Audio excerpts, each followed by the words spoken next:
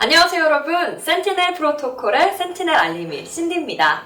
여러분, 국제자금 세탁 방지기구인 페데프가 암호화폐를 가상자산으로 공식 인정하고 가상자산 서비스 제공자에 대한 규정을 발표한 지 벌써 석 달이나 지났는데요.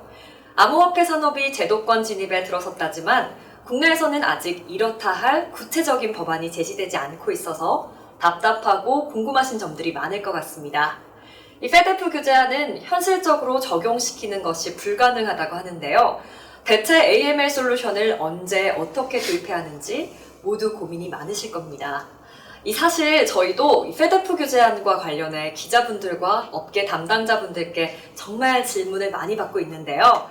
그래서 오늘 금융준법 솔루션 전문기업인 옥타솔루션의 대표님이시자 금융감독원의 자문위원을 겸하고 계신 박만성 대표님을 만나 뵙고 이 페데프 규제안에 대한 팩트체크와 과연 대응책은 무엇인지 페데프 권고안에 관한 오해와 진실에 대해서 정확하게 짚어보는 시간을 가져보려고 합니다. 안녕하세요, 박만성 대표님. 네, 안녕하십니까. 네. 먼저 많은 분들이 블록체인을 기반으로 하고 있는 보안 회사인 저희 센티넬 프로토콜과 옥타솔루션이 무슨 관계인지, 또 옥타솔루션은 정확히 어떤 회사인지 궁금해하실 것 같은데요. 좀 간략하게 회사 소개 좀 부탁드립니다. 예, 옥타솔루션은 렉텍 기반 준법 솔루션 전문 회사입니다. 옥타솔루션은 금융업에 대한 이해를 바탕으로 법이나 규정에 대한 통찰, 그리고 다양한 금융업권별 다수의 자금 세탁 방지 프로젝트를 수행한 경험을 가지고 있고요. 그런 것들을 바탕으로 해서 자금 세탁 방지 전문 인력이 부족하고 운영 경험이 없는 환경에서 자금 세탁 방지 업무를 수행해야 한다는 전제하에서 신규 의무 부여 대상 업체들을 위한 업종별 특화 자금 세탁 방지 솔루션을 개발해 왔습니다. 지난 5월에는 블록체인 기반 보안 위협 감지 플랫폼 회사인 센티넬 프로토콜과 협력해서 업계 최초로 크립토 AML이라는 가상자산 거래소 전문 솔루션을 개발 출시하였습니다. 그렇군요, 대표님. 이 페데프 권고안에 관한 오해와 진실, 오늘 이 주제에 가장 적합한 분을 좀 찾은 것 같은데요. 이 전문가를 제가 제대로 이렇게 찾아왔기 때문에 좀 굉장히 오늘 잘 부탁드리고요. 두 어깨가 지금 상당히 무겁습니다, 대표님. 자, 대표님, 그러면 이 페데프 규제안에 대해서 참 말은 많지만 저를 포함한 많은 분들이 좀 정확하게 무엇인지 알고 있지 못하는 것 같은데, 일단 이 페데프 규제안이란 것이 대체 무엇인지 좀 간단하게 개념을 짚고 넘어가겠습니다. 먼저 설명 좀 부탁드릴게요. 예. 페데프 권고안이 무엇이냐를 얘기하기 전에 페데프, FATF, 우리말로는 국제 자금 세탁 방지 기구라고 하죠. 이 단체가 어떤 일을 하는 조직인지 알면 아마 금방 이해하시게 될 것 같습니다. 페데프는 1989년 G7 회의에서 만들어졌고요. AML CTF를 수행하는 데 있어서 국제 기준을 제시하는 정책을 만드는 기구, 폴리시 메이킹 기구라고 할 수가 있습니다. 정확히 얘기하면 규제를 위한 권고안과 그 다음에 VASP에 대한 자금 세탁 방지 의무 이행을 위한 국제 기준을 제시하는 것이라고 보면 됩니다. 그렇군요. 그러면 이번 페데프 권고안의 핵심 내용은 무엇일까요? 예, 페데프 권고안의 핵심 내용은 일단 권고안의 제목이 Guidance for a Risk-Based Approach, Virtual Asset and Virtual Asset Service Provider로 되어 있습니다. 번역을 하면 가상자산과 가상자산 서비스 제공자를 위한 위험기반 접근법에 관한 가이드라고 해석을 할 수가 있겠는데요. 이 제목에 제 생각에는 핵심이 다 정리되어 있다고 생각을 합니다. 첫 번째로는 자금 세탁 방지에 관한 가이드인데 AML이라고 되어 있지 않고 RBA라고 되어 있다는 것, 즉 그 위험기반 접근법을 사용해서 자금 세탁 방지 의무를 이행하라는 것이 굉장히 중요한 포인트고요. 둘째로는 코인이라고 하지 않고 에셋이라는 표현을 썼습니다. 즉 자산이라고 했다는 것이 핵심입니다. 다시 말하면 코인, 가상화폐 혹은 암호화폐를 자산으로 규정했다는 것이 굉장히 중요한 포인트입니다. 자산을 거래하거나 유통하는 등의 서비스를 제공하는 사업자를 우리는 통상 금융회사라고 하고, 따라서 암호화폐 거래소는 금융회사이다라는 얘기가 되겠습니다. 그리고 금융회사이기 때문에 타 금융회사들처럼 각종 금융업에 관련된 법의 적용을 받아야 한다는 얘기이기도 하고, 따라서 다른 금융회사들이 준수하고 있는 자금 세탁 방지 의무도 이행해야 한다는 것입니다. 현장에서 많은 홍선을 겪고 있는 내용들은 이 두 가지의 핵심 단어를 잘 생각해 보면 유추할 수 있는 내용들이라고 할 수 있겠습니다. 또 제가 듣기로는 논란이 있는 쟁점도 좀 많다고 하는데요. 어떤 부분일까요? 예, 뭐 논란이 몇 가지가 있는데요. 그 중에서 가장 핵심적인 쟁점 중에 하나가 그 트래블 룰이라는 것인데요. 그것을 이제 적용해야 된다. 예, 그런 내용입니다. 트래블 룰은 코인을 전송할 때 송금인은 물론 수취인에 대한 정보를 확인해야 한다는 것인데요. 많은 거래소나 관련 업체들에서 익명성 유지에 대해서 문제가 있다 하는 비난과 반발을 하고 있습니다만 대형 거래소들이나 금융감독기관들은 이를 준수하겠다고 입장을 속속 밝히고 있는 상황입니다. 제 생각으로는 1993년도에 우리나라 금융실명제를 할 때가 처음 도입할 때가 생각이 나는데요. 결국은 다 따라해야 될 것으로 생각을 하고 있습니다.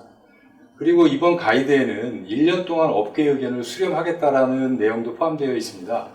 제가 민병두 의원 입법 공청회에 참석했을 때 어떤 분이 업계 의견을 수렴을 통해서 내용이 바뀔 수 있느냐 하는 질문을 하셨었는데 그 금융정보분석원에서 참석하신 그 패널분의 답변은 예, 물론 바뀔 수 있는데 그런데 더욱 강화되는 쪽으로 바뀔 것이다 라고 얘기를 하셨습니다.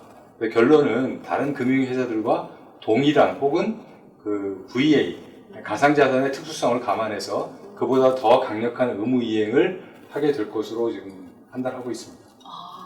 그렇군요, 대표님. 이제 그러면 좀 본격적으로 질문을 한번 드려볼 건데요. 사실 여쭤볼 것이 너무나 많습니다. 그런데 거두절미하고 가장 궁금한 부분부터 일단 질문을 드려보려고 하는데요.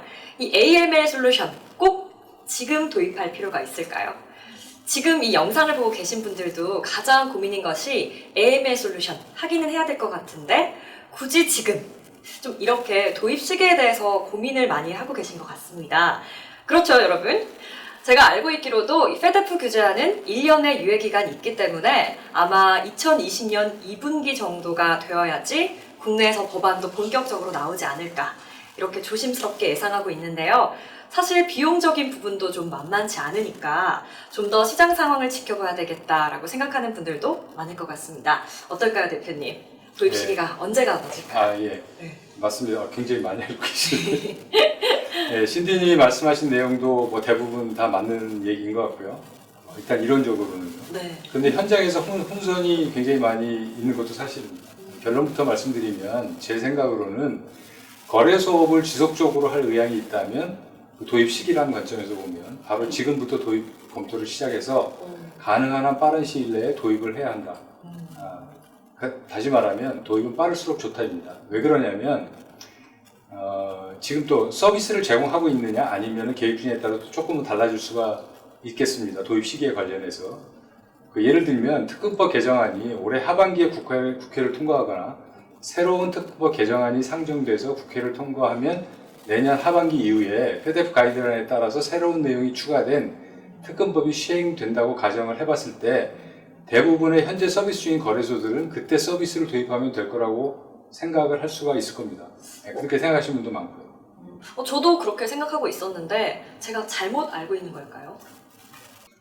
예, 그거는 의심스러운 고객이나 거래 정보를 사법 당국이나 아니면 금융 감독 당국에서 요구를 할 때 제출되거나 조사되어야 할 거래 정보의 시점이 국내 특검법이 시행된 이후일 것이라는 잘못된 어떤 가설에 의해서 그런 생각을 하실 수가 있는데요.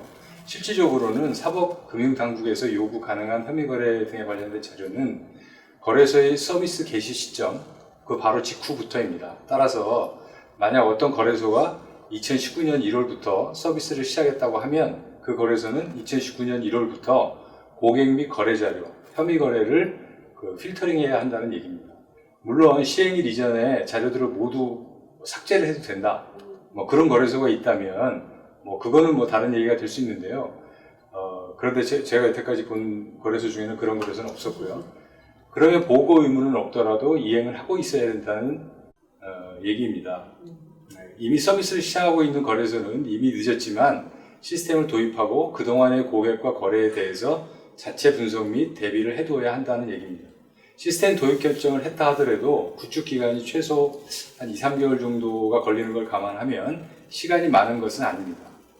그리고 서비스를 계획 중인 거래소라면 동일한 이유로 서비스 개시 시점에 맞추어서 준비를 하는 것이 맞겠죠.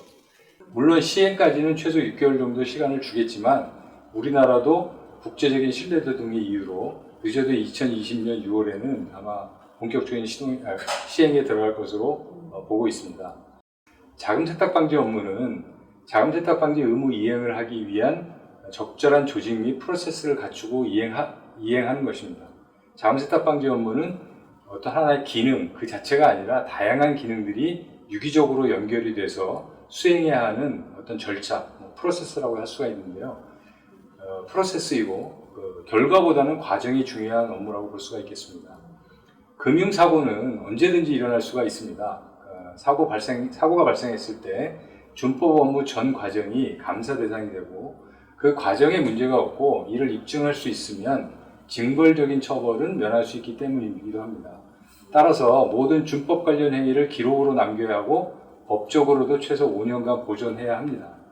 사실상 지금부터 준비를 해야 하고 업비트, 빗썸 등과 같은 거래소들도 이미 많은 기능을 자금 세탁 방지 관련 많은 기능을 수행하고는 있으나 본격적인 대응 준비를 위해서 컨설팅을 받고 통합 시스템 구축을 서두르고 있는 이유입니다.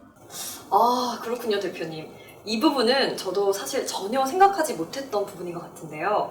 사실상 이 8월부터 페데프 규제안이 적용이 되더라도 그 이전의 과거 자료들까지 보고서를 요청받을 수 있기 때문에 AML 설치 기간, 그리고 준비와 테스트 기간들을 생각한다면 정말 지금부터 AML 도입을 서두르는 게 맞다고 생각됩니다. 그런데 대표님, 혹시 이 페데프 규제안은 강제성이 없는 권고안으로 알고 있는데요. 반드시 다 지켜야 되는 걸까요? 만약에 지키지 않으면 어떤 불이익을 받게 될지 좀 구체적으로 설명 부탁드립니다. 예. 네. 그 페데프 권고안은 글자 그대로 권고안이에요. 그리고 우리가 지키고 따라야 하는 것은 우리나라의 국회를 통과한 특검법과 금융이나 금융정보 분석원에서 공표하는 시행령들입니다. 문제는 특검법과 시행령들이 그 페데프의 권고안을 기초로 만들어진다는 것인데요. 그 이유는 금융 시스템이 글로벌화되면서 특정 국가의 금융회사만 강한 규제를 적용할 경우에 많은 검은 세력들이 상대적으로 규제가 약한 국가의 금융회사를 통해서 전 세계 금융 서비스에 접근할 수가 있기 때문에 전 세계가 동일한 강도의 자금 세탁 방지 규정을 만들고 지키기 위해서 만든 것이 이제 페데프이고, 따라서 모든 국가의 금융 감독 당국은 페데프의 가이드를 기준으로 규정을 만들어서 규제를 하기 때문입니다. 한마디로 권고안을 지키지 못하면 단순히 벌금을 무는 차원의 문제가 아니라 사업 운영 가능성 자체가 불투명해지는데, 이 대표님 말씀을 들어보니까 이건 정말로 심각한 문제인 것 같습니다. 말이 권고안이지 사실은 반드시 지켜야만 하는 비즈니스에 사활이 걸린 문제라고 해도 과언이 아닌데요.